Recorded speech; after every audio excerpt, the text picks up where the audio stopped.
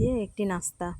এখানে চিড়া ধুয়ে নিয়েছি, পেঁয়াজ মরিচ কেটে নিয়েছি, বাদাম নিয়েছি। একটু তেল ঢেলে দিচ্ছি কড়াইতে, চুলা অন করে নিয়েছি। আমি সামান্য একটু তেল দিয়ে দিচ্ছি, অল্প পরিমাণে একটু তেল দিয়ে পেঁয়াজ মরিচটা ঢেলে দিয়েছি কড়াইতে।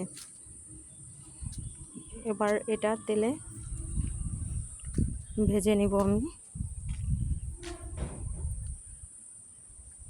সামান্য একটু লবণ দিয়ে দিচ্ছি, লবণ দিয়ে এটাকে আমি নেড়ে চেড়ে নিব।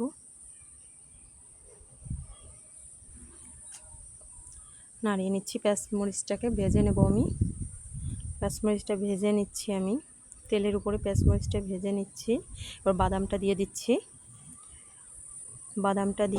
বাদামটা পেঁয়াজ মরিচের সাথে ভেজে নেব। ভালোভাবে এটা ভেজে নেব।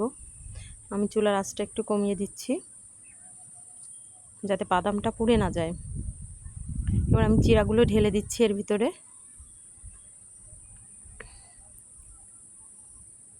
চিড়াগুলো ঢেলে দিলাম। এবার আমি এটাকে তেলে সম্পূর্ণটা দিয়ে নাড়িয়ে চেড়ে নিব। এবার সামান্য একটু পরিমাণে চিনি দিব আমি, সামান্য পরিমাণে চিনি দেব, দিয়ে এটাকে ভালো করে ভেজে নেব। যদিও না আমি এটা ধুয়ে নিয়েছি বলে নরম আছে, সঙ্গে সঙ্গে আমি এটা ভাজার জন্য নিয়ে আসছি বিকালের নাস্তার জন্য, কিন্তু আপনারা একটু শুকিয়ে নেবেন। আমারটা খুব একটা শক্ত হয়নি কারণ আমি সঙ্গে সঙ্গে দিয়েছি, এই জন্য